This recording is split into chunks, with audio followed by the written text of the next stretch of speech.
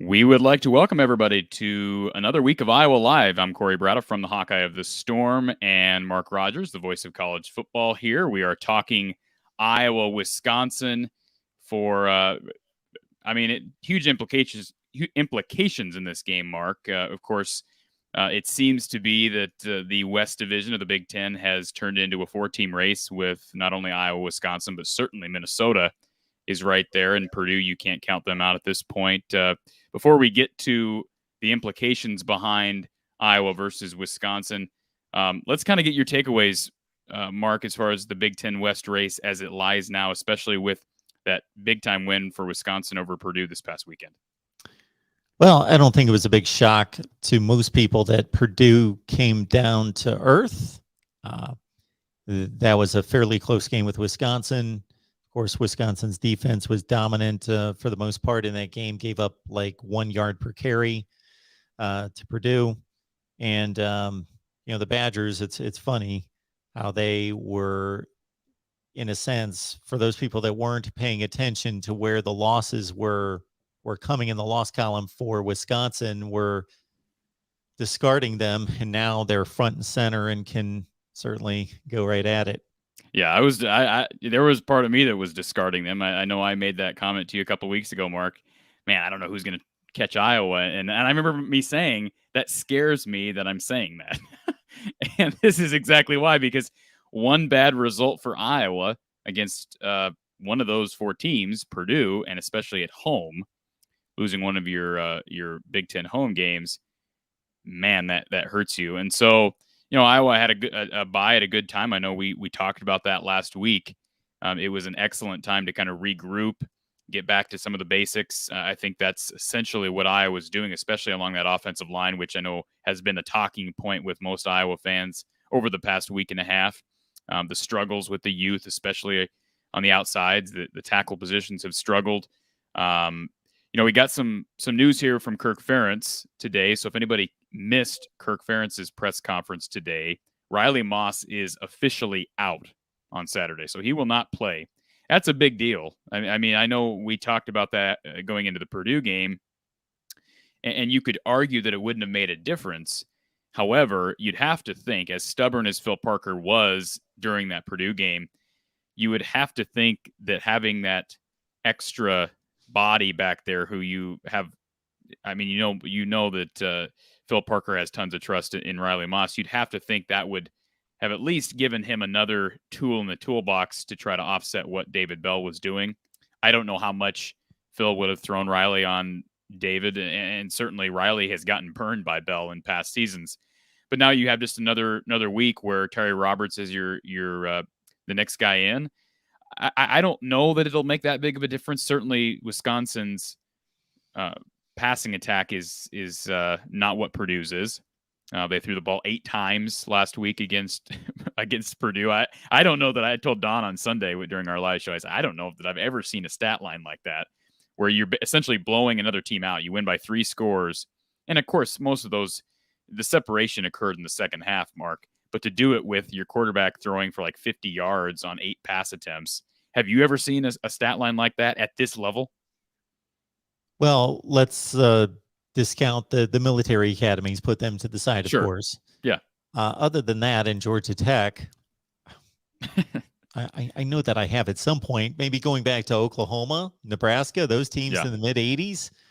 Yeah, it's rare. There's no question it's rare. And I watched probably half that game, not in one block, but back and forth, and then went back and to see the 5 for 8 performance for 50 yards, and just to realize that they ran the ball, I think 51 times, threw it 8. But that's just a ridiculous number. 30 points. Yeah, they scored 30. And, you brought up the military academies, and then, of course, Georgia Tech. All those teams typically have a quarterback that runs. I mean, you don't typically have a quarterback like Mertz who's just handing the ball off that many times. So it was a bizarre stat line, but that's the formula to win. And I think you could probably go down, and I haven't done this, but if you wanted to spend some time looking at Wisconsin box scores up until this point in the season, you could probably predict their record without actually seeing the final scores just by how many pass attempts versus run attempts. And you could say the same thing about Iowa. I mean, the Big Ten, I know that's one of Don Patterson's analytics that's essential to winning after you hit 50%, as far, because everybody said, well, you want to be balanced. Well, it actually increases your chances of winning a Big Ten football game increase exponentially as you obviously as you run 55% of the time, 60% of the time, 65% of the time, even greater than the 50-50 mark. It's the chicken and the egg concept, though. It is. Yes. Are you winning because you're running effectively and committed to the run and running enough times? But also, those teams that win obviously are leading typically in the fourth quarter and running the ball. So then, and one of the questions I know Kirk Ferentz asked Don Patterson when Don was going through some of those analytics was, Don, why isn't it more balanced? Why isn't it that we see a 50-50 mark being essential to winning? And what Don said too is, well, there's a good chance that through three quarters, perhaps it is 50-50, but then if a team has executed their game plan to a point of, having a pretty comfortable victory, of course, you're going to be running the ball primarily in the fourth quarter, and then that skews the results. But you're right. It is a chicken and the egg thing. But that's the bottom line. If you're Wisconsin, if you run the ball effectively against Iowa's defense, there's a darn good chance they're going to win this football game because, let's be honest, Iowa's offense is what it is. I'm hoping, as I mentioned a few minutes ago, I'm hopeful that the tackles can progress, that the interior of the line is healthy now. It sounds like Cody Ince, according to Kirk today, Cody Ince will be returning. I anticipate him to take the majority of the snaps at right guard, which Connor Colby basically, along with Justin Britt, took the brunt of those snaps a week and a half ago. They need Cody back there. Remember, Cody was essential to them running the football well last season. I don't know that he's played great, but again, he's dealt with injuries, as has Kyler Schott. So you get Cody back. Kyler Schott's, I would have to think he's close to 100% now, even taking into account getting back up to game speed. And of course, Tyler Linderbaum has managed to stay healthy, which is, I don't want to say it's a miracle, but that's tremendous because he's playing 100% of their snaps and rightfully so. But they're not going to get bigger, faster, stronger midseason. They're not going to do that during a bye week. Raymond Brathwaite's not got him in there, 18 hours of the day in the weight room. So it is what it is. I think Iowa's got an opportunity to get the ball downfield. Wisconsin's defense, as I understand it, and you've probably watched more Wisconsin football than I have, Mark, but if there's any weakness in that defense, it's likely the secondary. Now, you may sit here and say, well, it doesn't matter when you're getting the type of pass rush that they get on opposing quarterbacks, and that's true, especially when you weigh Iowa's inability to protect Spencer Petras. Can he get the ball out of the pocket effectively? I guess that's up for debate. And that might be, therein lies the key.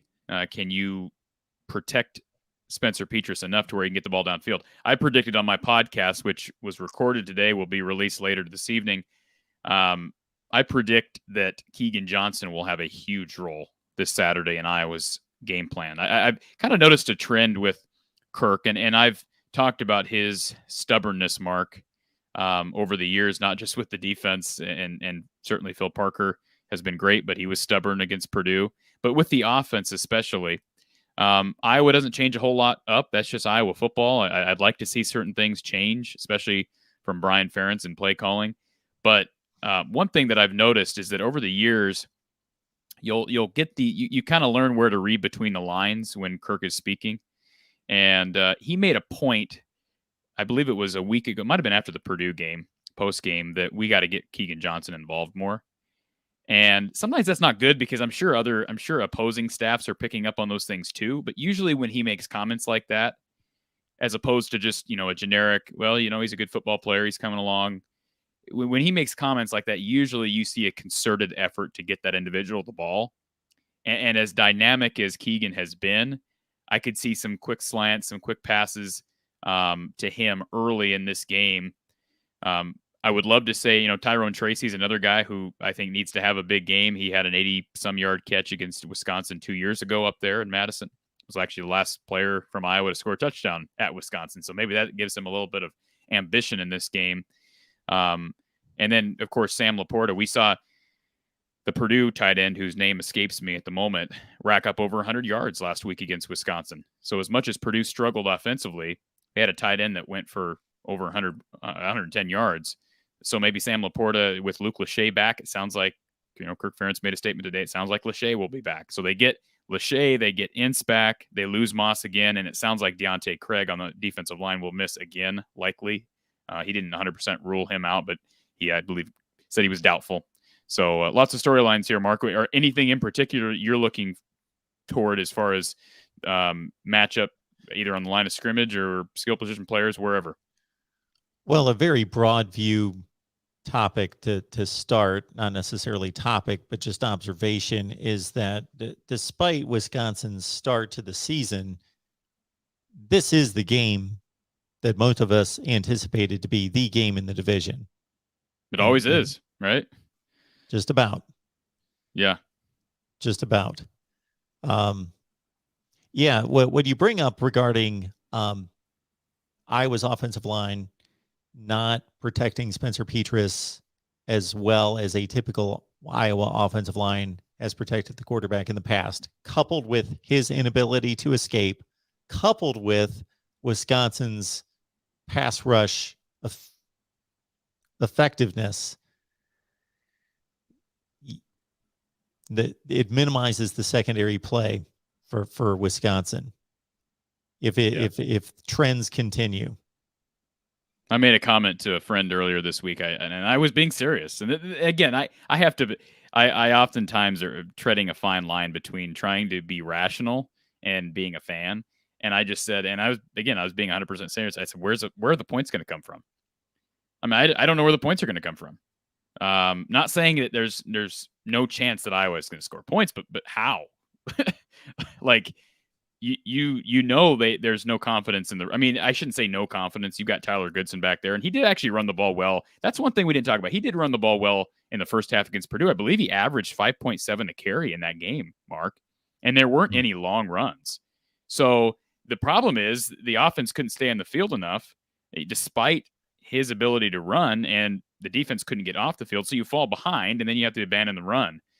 I don't see that happening against Wisconsin simply because I think Iowa's run defense is good enough, and they don't have a David Bell or a quarterback to get it to a David Bell-like player. So I think it'll be a close game. So Iowa should be able to continue to execute that game plan or implement that game plan, I guess, run the football consistently throughout the game.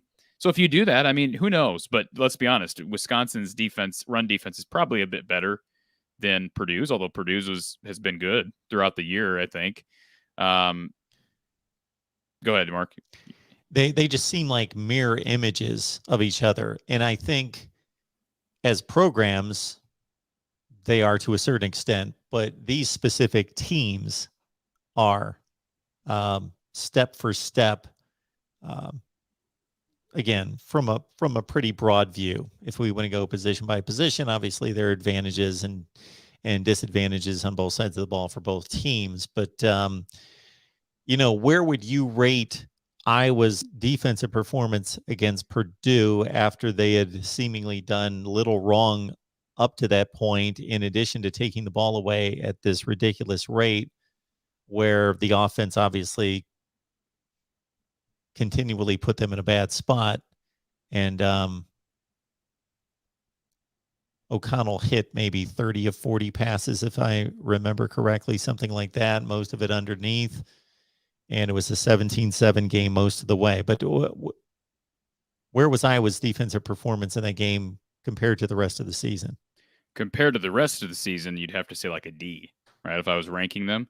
But again, this is all relative because obviously we're looking at Iowa compared to Iowa. The thing is Iowa still held Purdue to under 25 points, so that streak is still alive. I think it's like, what are we up to, 29 straight games where Iowa's held teams under 25. Nobody wants to hear that after losing 24-7, but that's the reality of it. Now, David Bell went off for 240 yards. So, overall, if I had to rank Iowa's defensive performance, it'd probably be like a C, but relative to what Iowa had been doing, certainly it'd be less than that, probably a D or even D minus.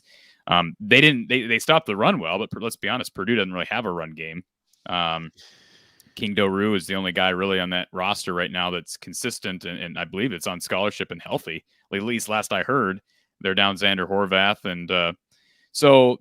But again, that Purdue game was so much about matchups, and again, keep using that word stubbornness because Jeff Brom brought it up after the Purdue game or Purdue Iowa game, and he brought it up after the Purdue Wisconsin game. He said twice, he said, I don't know, I have no idea why Iowa ran single coverage against David Bell all day. And I mean, that's such an indictment. We've talked about it, but it's ridiculous. So I don't know what the explanation is from Phil Parker on that, but the bottom line is had they at least forced them to play left-handed, forced them to play away from David Bell, who knows? We don't know. I mean, Wisconsin got it done that way. That's exactly what Wisconsin did. I believe his first catch came late in the second quarter. In fact, I know it did because I was watching the 9 overtime game, flipped it over after that, and it was almost halftime, and there's David Bell with a catch. I'm sure he's got like 130 yards already. That's David Bell's first catch of the day. Oh, that's nice. That's nice to hear. Yeah, so 33 yards.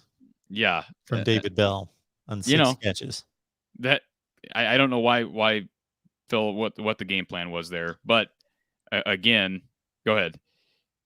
Oh, I'm taking us in another direction, so continue on your No, point. I don't think that if I had to rank it, it certainly didn't rank very highly, but that doesn't mean I've lost confidence in the defense. I still think, especially with Mertz's inability. I mean, we can keep saying he was a 5-star kid at a high school. I mean, we can continue to say that week after week, but the bottom line is he doesn't play like that in college, at least not yet. The exception being his first game of his career against Illinois. So, I have full confidence that Terry Roberts can hold down the fort at that other cornerback position. Honestly, he played fine against Purdue. I think he only got burned by Bell once.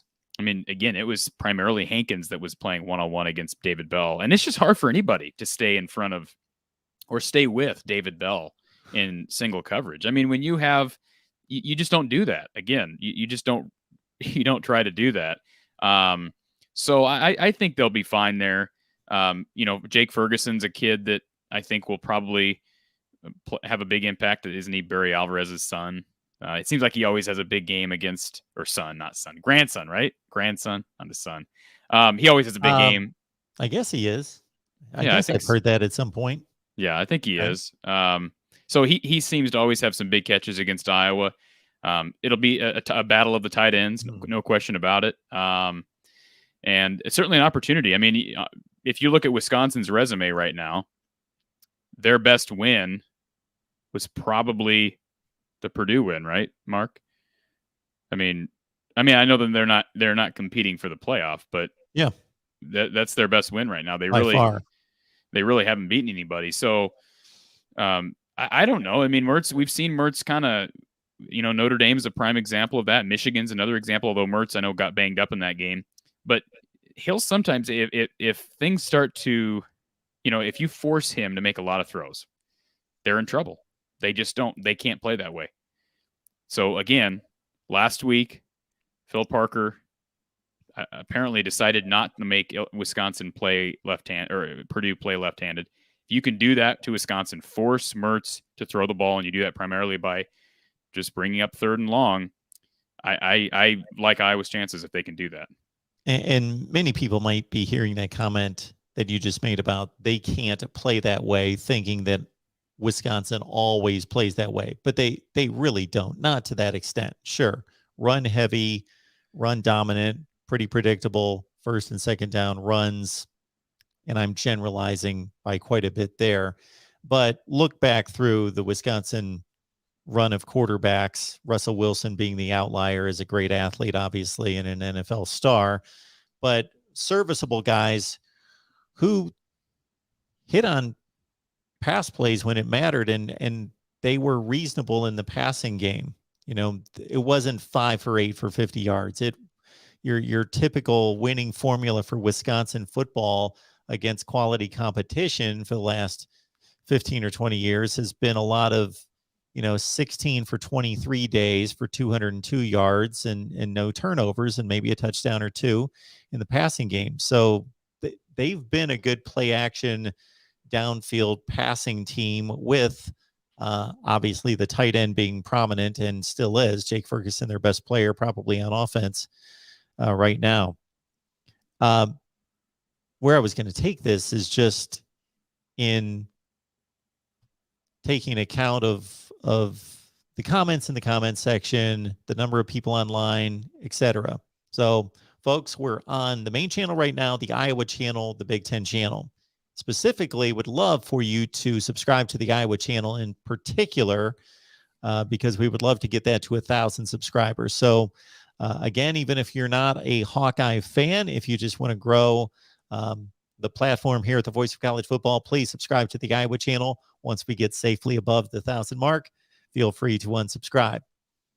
But you know, from being here doing a ton of live streams and the content that you posted during that fever pitch of a few weeks of, you know, leading into the Penn State game and then certainly after the Penn State game. And because we do have a pretty national audience watching us here on the main channel, you can see that dip of interest, enthusiasm, questions concerning Iowa, because once they're detached from the national narrative, a lot of people obviously check out. Has the Hawkeye fan base, though, become less interested because of the Purdue loss, or is it just we're staying our course, we are who we are? That was one loss, doesn't change our goals and objectives. Big Ten West, we'll take it from there. I think it just takes some time to change your clothes after you soiled yourself. You know, I mean, obviously in an illustrative way, but you know, I think for a little while people were certainly down. I mean, I don't remember. We had good response after the Purdue loss as far as people online watching our show and whatnot. If Iowa beats Wisconsin, I mean, they'll be right back on board, because as I stated last week, and I talked with Don about this, Iowa can still make the playoff. You may laugh at that and say that's not reasonable, it's not going to happen. Okay, well, that you might be right. I don't know. I mean, I heard somebody on our channel comment this week that they think Iowa's going to go 6-6. Okay, which means losing out, including losses against Illinois, Northwestern, and Nebraska. Yeah, I mean, you can think that. That's not going to happen. I did say I could see 8-4. I really can, and I don't want to see that. But let's be honest. I mean, we could envision a scenario where Iowa loses to Wisconsin. We can envision a scenario where they lose to Minnesota, Nebraska, and who am I missing here? That would get you to 4. That right gets you there. To 4. Yeah. So, and certainly with what Illinois did to Penn State last week, you can't just overlook those games. And I'll use the term. Somebody dogged on me this week because I keep using the term Patty Fitz. Oh, he's not called Patty Fitz. I'll use it again. Patty Fitz. It's Pat Fitzgerald. He's had Iowa's number, Mark. So you can't overlook anybody. I don't foresee 8-4. I still would stand by my belief that they will make it to the Big Ten title game, because I believe that they will win at least 4 of these final 5 games. I think there's a chance of winning out. Now, you win 4 of them, you're not making the playoff, but I believe that to be enough to at least tie for the West. Now, if you lose this game, that complicates things a little bit, but I think the Minnesota game, I mean, mathematically, Mark, wouldn't you say the Minnesota game is even more important? I mean, mathematically, it is, sure, because they have the 1 loss in conference as opposed to the 2. Yeah, so I do think this is the most important game of the season this Saturday, though, partially because of it's against Wisconsin, and it's a battle for the West, but it's also the biggest game of the season because of what we're recovering from, and you have a bye week to fix some things. So if they come out, if Iowa comes out and lays a big old egg like they did against Purdue, I'm sorry, because things are not going to look promising. Now, maybe they lose Saturday and win out. I don't see that happening, though. I think if you're going to lose one more game, it's probably not going to be against Wisconsin. They need to recover in advance of this game. They are coming off a win against Wisconsin last year. As much as Iowa has struggled during the Kirk Ferentz era against Wisconsin, they are coming off that win. Now, granted, Wisconsin dealt with a lot of COVID issues last year, but Iowa really started humming in that game. And Amir Smith-Marset with the flip into the end zone, everybody remember, which, by the way, Mark, can we take just a moment? I know this isn't, strictly Iowa related, but the Xavier Hutchinson celebration penalty before he was in the end zone. So it got called back. And I recall 2017 Akram Wadley getting flagged against North Texas for the same exact thing, high stepping briefly into the end zone, and the play got called back. So it's a stupid rule, in my opinion. But I guess my question is how, because Don brought this up to me, how did this Amir Smith-Marset, how does he not get penalized for front flipping into the end zone? Because technically the front flip began short of the goal line, and yet Xavier Hutchinson is flagged for a celebration prior to the touchdown as he's going into the end zone. How does that work? It doesn't work. So it's just inconsistency of two separate officiating crews, either not paying attention or not applying the rules, one to the letter of the law, the other not to the letter of the law. I try to take a balanced approach on all of this in terms of the celebration penalties and so forth. I am fully in favor of the taunting penalties. I just think that there are too many incidents in which you are escalating bad blood between certain players or the two sides if you allow that to go on and on. You also have one player at a advantage over the other player after a particular play because he made the tackle, he's standing over him, whatever the case may be, he's on his sideline. I just think taunting is generally classless. Now, celebration, that's a different thing. I have no issue with celebration penalties because certainly I think that these guys work hard. They work hard all season. It's a tough game. They put a lot into it. Let them celebrate. Let them celebrate. As long as they are not drawing attention to themselves. Well, I'm even okay with them drawing attention to themselves. As long as it's not some demonstrative, like what we see in the NFL now with the players gathering in the end zone and everybody's got to come off the bench and they got to start rowing a boat or bowling or taking a selfie. Yeah, doing all that is ridiculous, this choreographed business. Not that none of it can be choreographed. You can't have your little touchdown dance or whatever you do. I have no issue with that myself. So I take a balanced approach to it. But Mark, specifically the differential between Sam Laporta spinning the ball after he's crossed the goal line and Xavier Hutchinson high stepping just before the goal line. Why would we take a touchdown away? You see what I'm saying? Why I agree with you.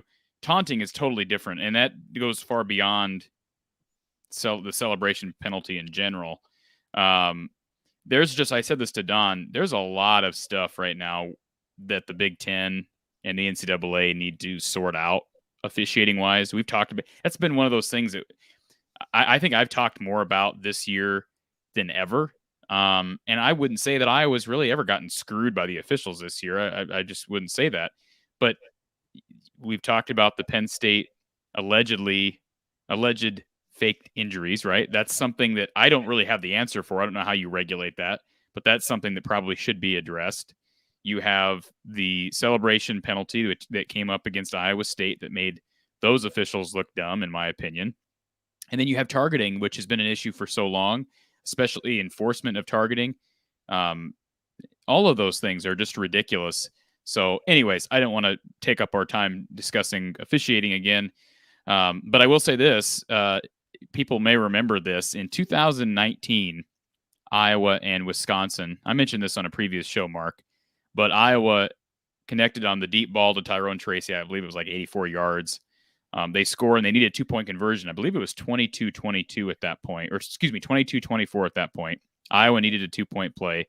They run a QB draw with Nate Stanley.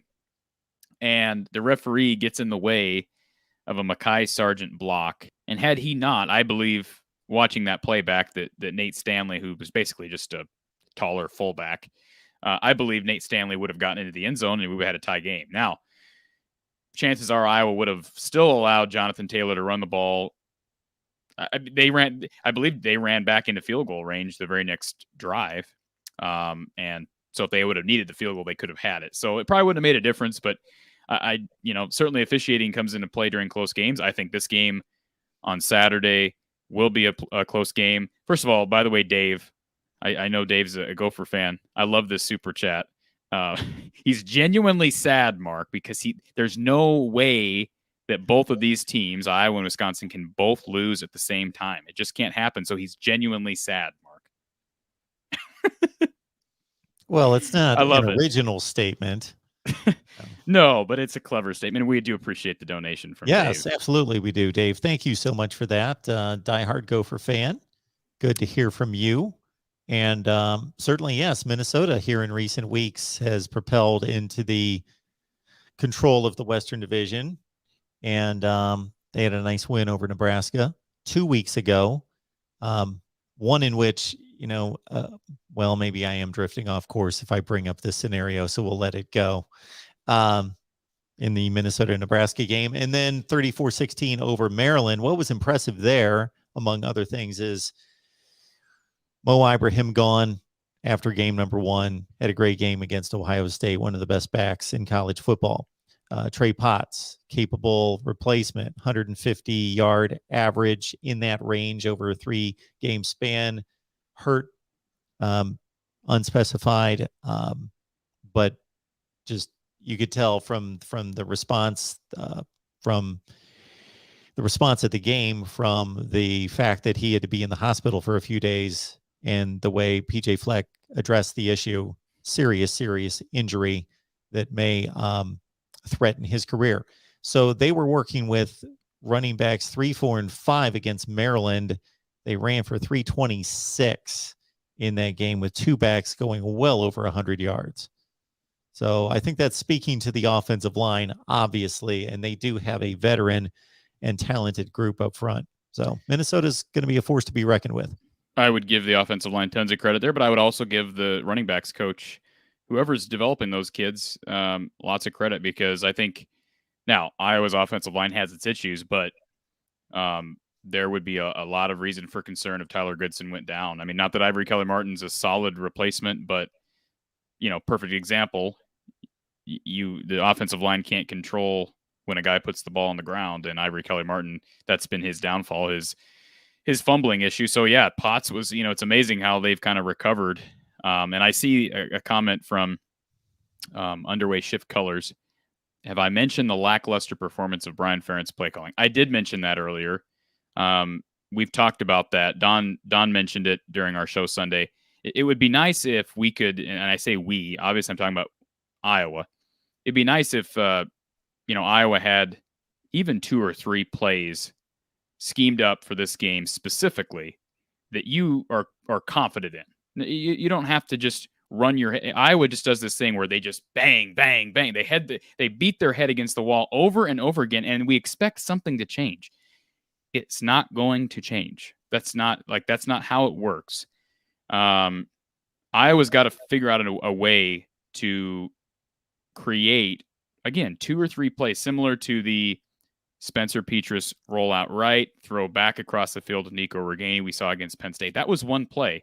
Ended up being the game-winning play, but that was just one play that Iowa had in its bag.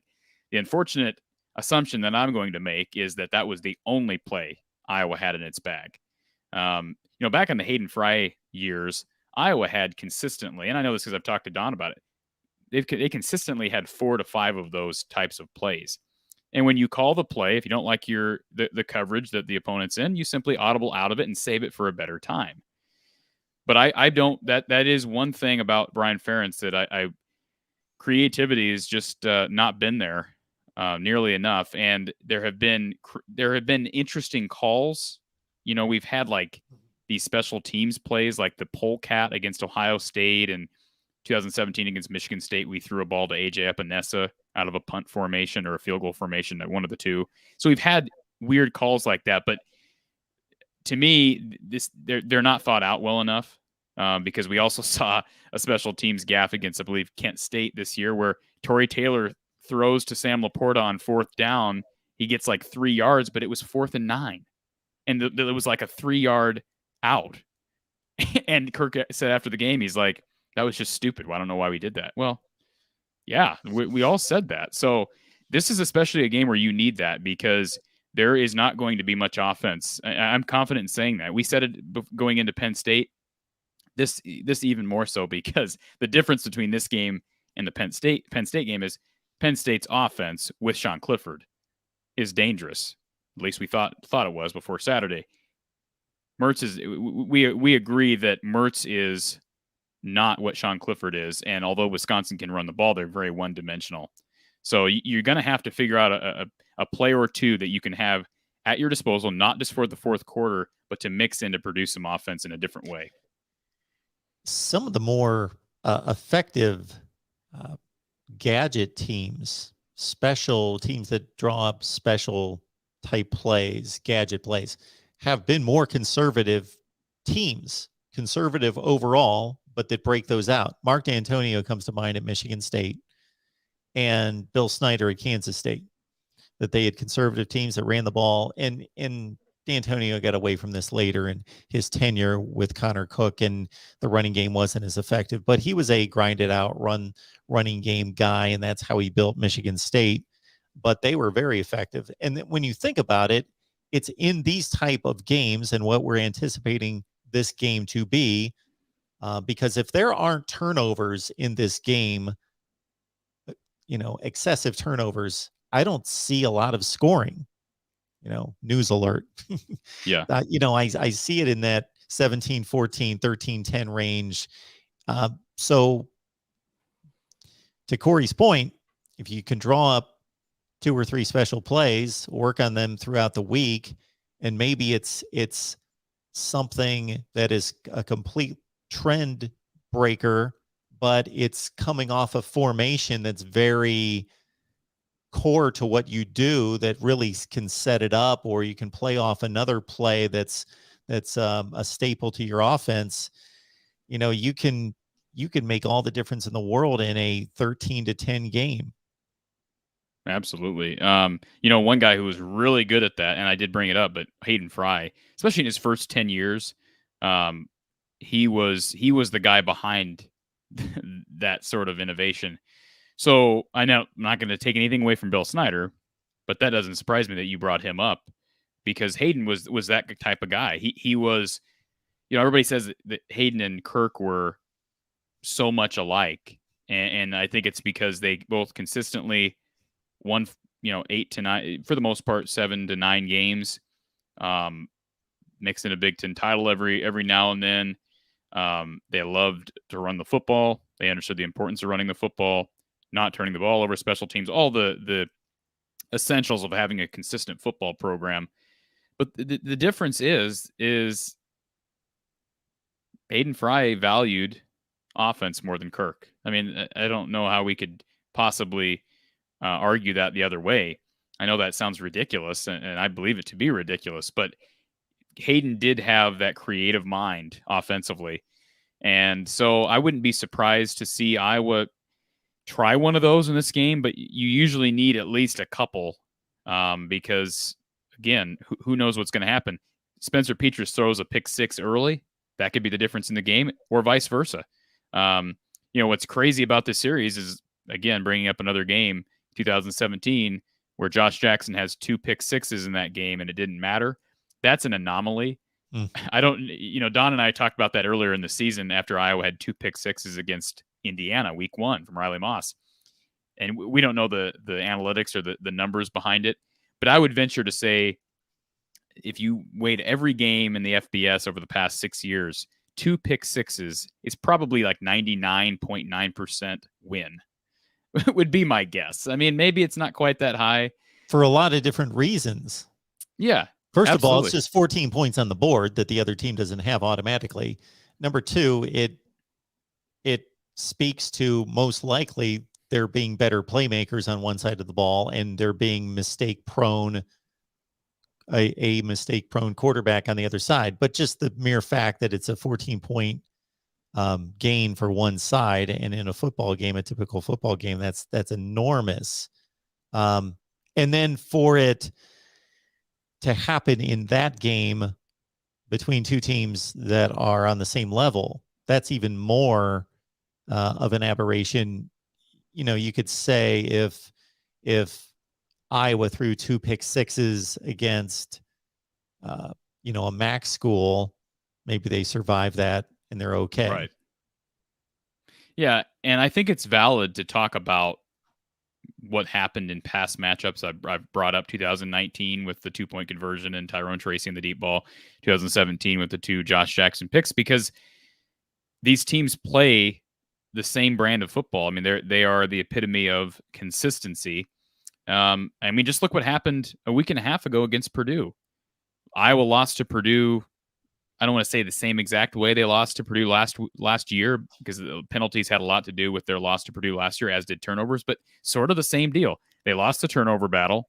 They let David Bell go off, and they lost the game. Year prior, they won, single-digit win, but again, they let Purdue David Bell go off. So, I think to 2017 is obviously one that comes to mind. 2018 was a game in Kinnick where Kyle Groneweg, Iowa's punt return guy at the time. I don't want to say lost that game single-handedly, because obviously there's much more that goes into it, but they had the famous non-Peter call where Sean Byer was blocking a player into the punt, and I'm talking about into the punt return, and I believe it hit him in the back, and it's a loose ball. Wisconsin recovers inside the red zone, and then later in that game, Kyle Groneweg's returning up the right sideline, and I don't even know how he lost the ball, but somehow the ball pops up. Wisconsin recovers. Those are the turnovers that make differences in these games. So special teams will be huge as well. I do think back to that 2019 game. We talked about tight ends earlier, and the battle between maybe 2 of the more underrated tight ends in the entire Big Ten, Sam Laporta and Jake Ferguson. You have 2018 with TJ Hawkinson and Noah Fant were huge in that game, especially Hawkinson with the deep balls downfield. Remember Gus Johnson losing his marbles, as he always does after those 2 pass plays, and then Noah Fant in the end zone. So I do believe that the tight ends will play a huge role in this game. Certainly Ivory Kelly-Martin, he fumbled one last week, and I believe they ended up ruling him down by contact. We talked about it earlier in the season. Kirk has put his trust in Kelly-Martin to correct those issues, but if he does it again, we've got some. I just don't know how Kirk is going to continue to give him the football. Maybe this is a game where if you're comfortable, you allow a guy like Gavin Williams to get some snaps simply because he's that thunder to their lightning. I'm surprised we haven't seen more of Gavin, because I thought he played well in relief earlier in the season when Kelly-Martin was having some issues. The game's huge. I don't think, as far as I know, weather won't play into this game. I haven't looked at the forecasts over the last 24 hours, but that certainly plays a huge role in a game like this. But there's no question about it. Mertz is a guy who you can force into bad decisions. We even talked about on Sunday, and Don didn't like the call. But, Mark, did you catch the blindside block that was called on Graham Mertz in that game against Purdue? This sounds familiar, and now I'm wondering whether I caught it on replay when I watched some of the replay, but it's not coming to mind exactly what happened. Yeah, I believe it was an end around, something like that, and Mertz came up and just leveled a guy. I mean, he looked like a linebacker doing it, and they called him for a blindside, which I'm like, that might be the only blindside block ever called on a quarterback. So Don didn't like it because the quarterback was involved? No, Don didn't like it because he thinks the blindside rule is not enforced correctly at all. Okay, not enforced correctly. Okay. Yeah. Yeah, and Don's old school. I mean, you used to be able to kind of go at it, right? I mean, there seems to be maybe an overemphasis now on, again, as I always say, the pendulum swings from one direction to the other, and just like with targeting, rules are put in place for the safety of players, but it's not always enforced the way we want it to be enforced. Yeah, and it's for me a lot to ask of players to try to determine, with things flying around them at 100 miles an hour, what is necessary and what's not necessary. Meaning, as long as you are making a legal block, hit, etc., on the playing surface, that now there is this component of unnecessary roughness, unnecessary fill in the blank. And that you see that a lot in that situation. I don't remember the Mertz play. I think I saw it, but I didn't pay much attention to it. Anyway, because you see that where the officials are making a discretionary call to a certain extent, that the important portion of this play was on this side of the field. This was being done on this side of the field. Therefore, it's unnecessary. And it wasn't really consequential, that play. If you watch it back, Mark, the runner was far ahead of the play. But I noticed it out of the corner of my screen, and I don't know if I turned away from the game at the time. I don't even remember when it was, but yeah, it was flagged. And I believe it was a pretty significant play in that game for Wisconsin. I could be wrong on that, but yeah, not often you see that from a quarterback. So Mertz, Don mentioned that he gained a little bit of respect for Mertz after that play. So, Mertz is trying to be a game manager for Wisconsin. But I guess my point in all talking about all these past games is the passing game always ends up being consequential in Iowa-Wisconsin games. And I kind of said the same thing against Penn State as far as big plays are concerned. You play it tight. There's a lot of punts, but eventually a big pass play or a big special teams play will be the difference. It ended up that way against Penn State with the play to Reganey late. Obviously, Tory Taylor was spectacular in that game, punting the football.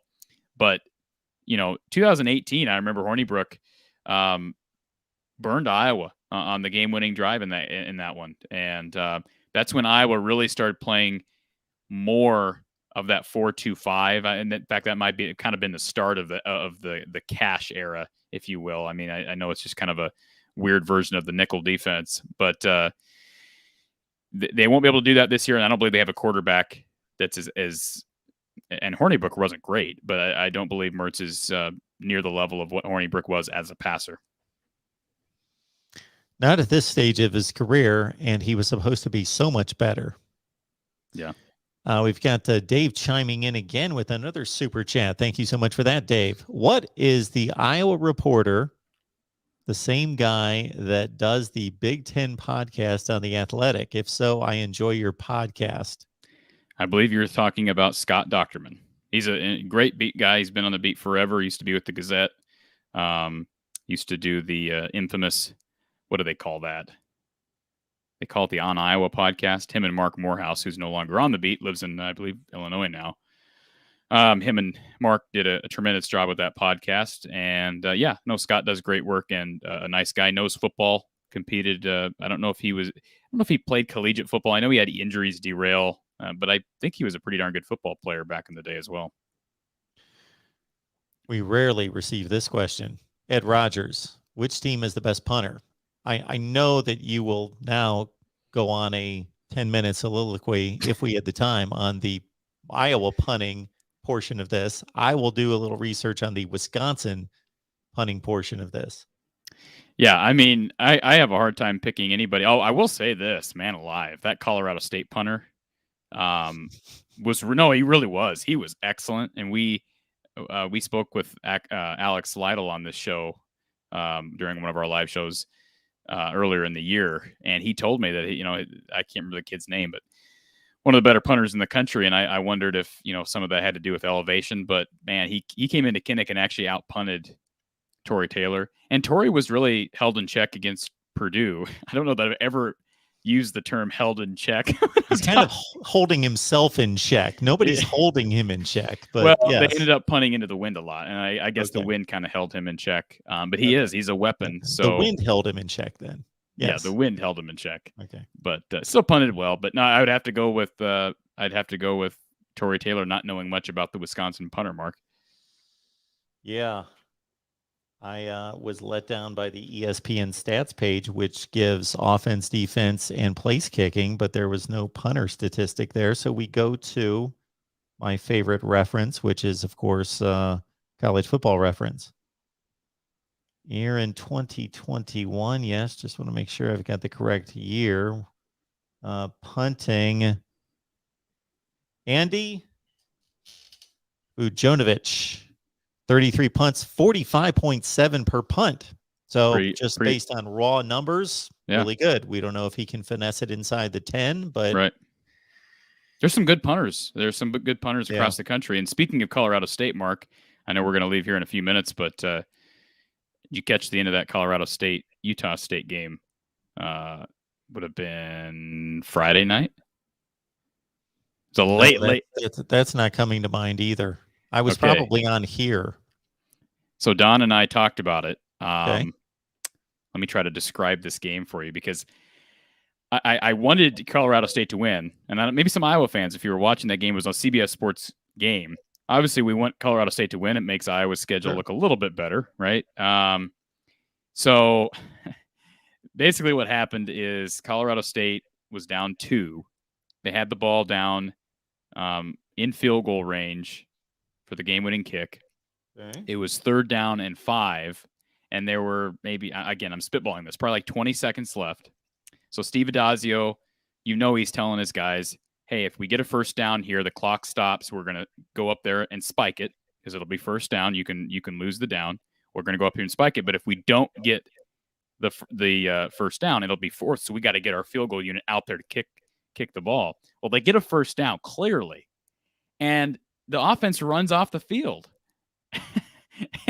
and so the kick team's running out there, and I'm thinking, oh my God, I knew it was going to happen. Kick team comes out there, they're panicking, and he misses the field goal. And it was just the most ridiculous. And Adazio, who I get the feeling is not on Kirk Ferentz's list of most respected coaches. I'll just say that. We'll go into detail, but Adazio was livid, and he kind of threw his players under the bus after the game. He basically said, well, I told them to do this and they did that. It was a huge coaching gaffe. I mean, that is just terrible. I said to Don, and Don wasn't sure on this, but I think he's right. I said, Don, if that happened and your offense runs off the field and you have to get your special teams unit out there, couldn't you just yell at your long snapper and say, hey, just spike it? I mean, I don't know why it has to be the quarterback. You can spike wherever, as far as I'm aware. So it was just all around. Now, again, I understand in the moment you're panicking and you're just trying to hope that the kick goes in, but that was a bad loss. Colorado State should have won that game. Vandy Dandy was happy with it. Colorado State's a better team than we thought, Mark, and Kent State is as well. Both those teams, as far as non-con games for Iowa, those are Iowa's 3 non-con games were not too bad, especially with the Iowa State win. They're looking a lot better, and D-Rock Irish is absolutely right. Spike the freaking ball. Yeah, Iowa State playing better may play themselves into a Big 12 championship game after they took themselves off the national radar. That was a 42-yard attempt after, completing a 15-yard pass. So they were in fringe range prior. That's why they didn't just come out, send the unit out on 3rd down, because you want to get that first down. Oh, yeah, it would have been a 57-yarder before the 15-yard pass play. Right, and if you get 2 yards and you have 4th down, sure, you're still going to kick the field goal. You're not going to try to go for it on 4th, because a 55-yard field goal is makeable at least. So it was just a crazy late night game. They ran the pass play at 44 seconds. So when they did they really? Was that much time left? So they must have had 38 to 40 seconds after the play. Wow, and it's a little bit more than I thought. That's according to the box score. Yeah, okay. 44 seconds, and they only kicked the ball with 1 second. So they were really scrambling. Yeah, that. Like I said, he big time coaching gaffe, and man, had that been Iowa, we'd have been calling for the head of our coach. And maybe Colorado State fans are. I don't know. I mean, Adazio's they've turned things around. Remember, they lost to South Dakota State early in the year and to Vanderbilt, and they've looked like a different team since then. So Hawkeye Howard, real quickly before we leave, He says, what I understand, Moss will be back this week. That's not true. I know. Richard asked the same question. No, he is not. Dennis Barnes answered that question earlier in our chat, and Kirk Ferentz said that today. Moss will not be playing in this game on Saturday. Deontay Craig has an opportunity to play. The good news is, here's what I'll leave you with this, Mark, and I honestly believe this could play a role on Saturday. Iowa has not gotten off to the quickest starts in the world. Prime example being that game against Iowa State. I mean, you can go down almost every game besides maybe Indiana, where they jumped on them early. Iowa's kind of started slow. Even Maryland, they were down at one point in that first half. So can you get off to a quick start against Wisconsin, especially at 11 a.m. game? Wisconsin fans, I've never been to Camp Randall, but my understanding from Don is that Wisconsin fans tend to take a while to get to the games, especially students. They're kind of latecomers to the game. And so, pair that with the fact that it's an 11 a.m. game and Iowa has struggled to get off to quick starts. Man, if you could emphasize that with your guys this week, we got to win the first quarter. Normally the second quarter is the numbers say that's the most important quarter. But if you can say, hey, we got to win this first quarter, I think that could play huge dividends, because Iowa has, for the most part, played well after that first, but they've dug themselves some holes at times.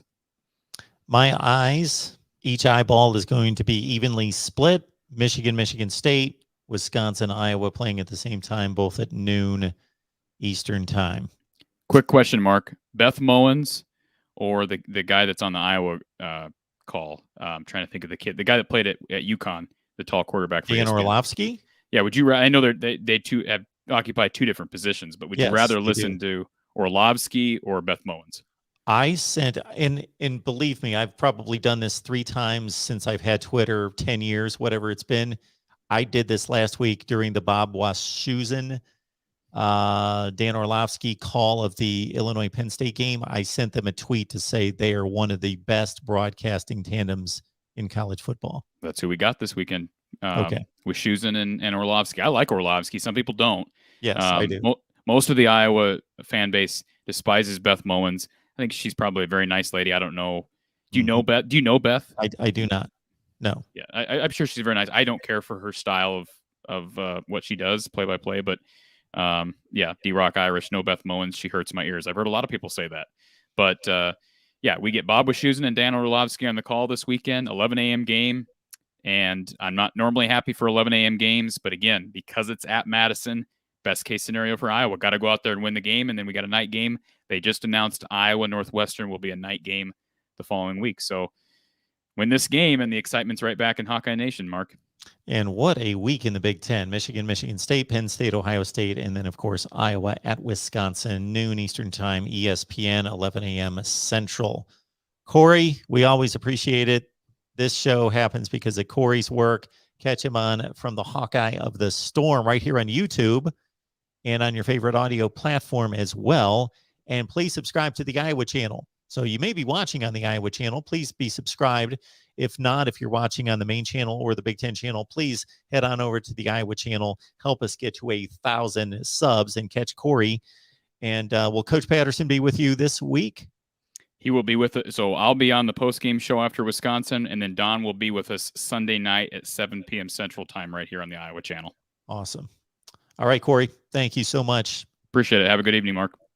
We will catch everybody at 8 o'clock Eastern time for Nebraska Live. So that's 7 Central, 8 Eastern on the Nebraska channel. Huskers Live as Nebraska takes on, let me think about it, Purdue this week. Purdue at Nebraska. So we will catch everyone with that right here at the Voice of College Football. Thank you so much for the contributions and for the support. 8 o'clock Eastern time, 7 Central, Nebraska Live. See you then.